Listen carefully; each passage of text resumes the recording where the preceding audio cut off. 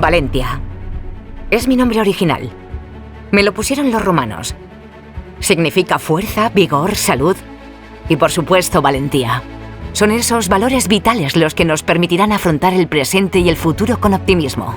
¿Y qué mejor manera de hacerlo que hacerlo juntos? Sí, es momento de ser valientes. ¿Estáis preparados?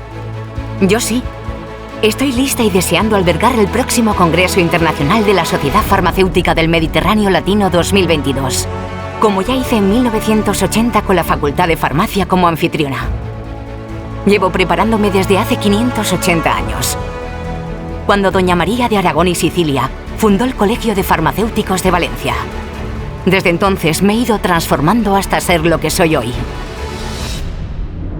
Soy esencia mediterránea, alegre, emprendedora y decidida, impulsora del modelo mediterráneo de farmacia, junto con otras grandes ciudades hermanas. Soy lo que ves y lo que no ves. Soy lo que te hago sentir y permaneceré siempre en tu memoria. He sido testigo del nacimiento, desarrollo y consolidación del sector farmacéutico, quien vio en mí un excelente lugar donde evolucionar la profesión hasta convertirse en referente nacional e internacional. Ejemplo de ello es el muy ilustre Colegio Oficial de Farmacéuticos de Valencia. Fundado el 20 de marzo de 1441, es el más antiguo del mundo. Fue el primero en establecer la colegiación obligatoria, previa al ejercicio profesional. El primero en regular el establecimiento de las nuevas farmacias y en fijar una tarifa oficial para evitar abusos en el cobro de preparados. Incluso se atrevió a renovar la organización de los estudios y de las artes farmacéuticas mediante tribunales examinadores.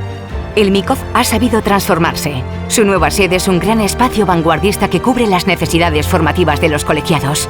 Una gran labor con un poderoso impacto en el tejido económico y social de nuestra comunidad. Será un placer y un verdadero orgullo recibirte con los brazos bien abiertos. Aquí, donde un día empezó todo y donde en breve seguiremos avanzando juntos. Bienvenidos al origen. Bienvenidos al futuro.